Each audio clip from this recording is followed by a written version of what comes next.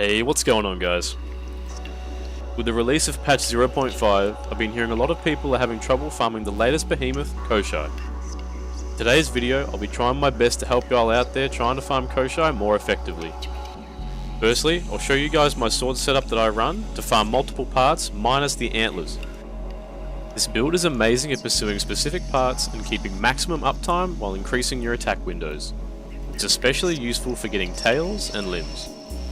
This build runs plus 6 Evasive Fury, plus 4 Conditioning, plus 6 Sharpened, and plus 5 Aetheric Attunement as main stats. The core of this build is to increase your attack windows with the Evasive Fury procs and easily achieve multiple breaks with a 30% part damage from Sharpened. Plus 4 Conditioning is a very important component of this build as you will be dodging nearly non-stop throughout the encounter as Koshai is pretty remorseless. Here is some footage of this build in action breaking multiple parts on the normal Koshai run. As you can see, the conditioning comes in handy a lot as you'll almost always be dodging his unrelenting attacks.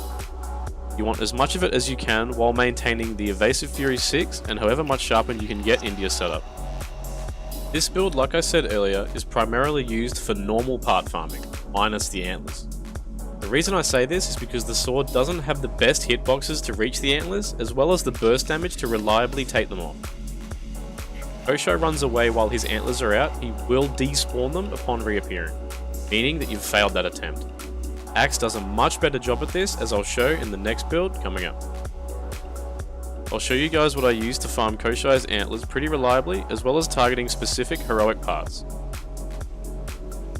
This build heavily focuses on plus 6 Evasive Fury, as your attack windows will be incredibly limited, especially when you're using the axe. This build also runs plus 5 Knockout King, plus 5 Overpower, plus 3 Energized, and plus 2 Conditioning. You could also consider swapping out Overpower for Sharpened if you'd prefer, as your uptime for Overpower to be effective is rather limited on this fight. This fight plays out very different compared to most other behemoths when using the axe.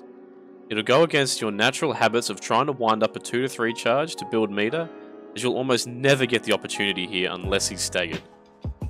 You'll need to watch your stamina like a hawk, making sure you'll have enough stamina to dodge his double tail swing when necessary. Even though it will feel dirty, you'll be needing to put in non-charge swings just to build up hits to get that stagger. Moving on to the antlers, you'll usually be able to tell if he's going to spawn his antlers judging off of how many thorn pods are placed on the map. It's usually a good indicator that he'll spawn them once there are at least 3 thorn pods on the map. He's been lowered to about 50% health or so. Once you think he's almost going to spawn them, you should try and save your stagger bubbles so that you can execute a 4-hit combo that will more than likely take the antlers straight off, making it really easy to do. It may seem pretty obvious with this fight, but you will need to be capitalizing your attack windows as much as possible. Make an active effort to dump as much damage as you can whenever you get a stagger or when you break apart. You'll rarely get to build up your meter, so every single attack window counts.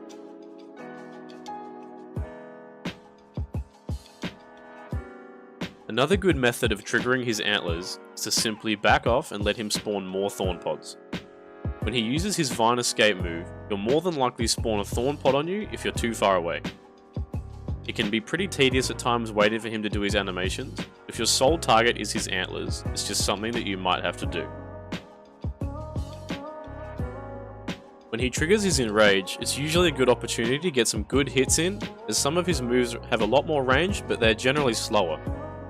I always try and stay close to his head during Enrage, hoping for a frontal swipe that is a good move to dodge, then I can set up hits on his head to try and build up a stagger. Another thing worth noting, when Koshai goes up on his branch, if you deal enough damage to him, you'll reach his threshold and knock him down. Usually an axe special will get him down instantly, giving you an opportunity to do a 2 to 3 charged 4-hit axe combo. And that pretty much covers most of my tips for trying to farm parts on Koshai. This fight will come down to having a lot of patience and learning his mechanics. One small slip up with Koshai can be a devastating turn for the behemoth. Some other things worth noting: if you are struggling with this fight, consider bringing in life drain tonics, bulwark tonics, and healing grenades.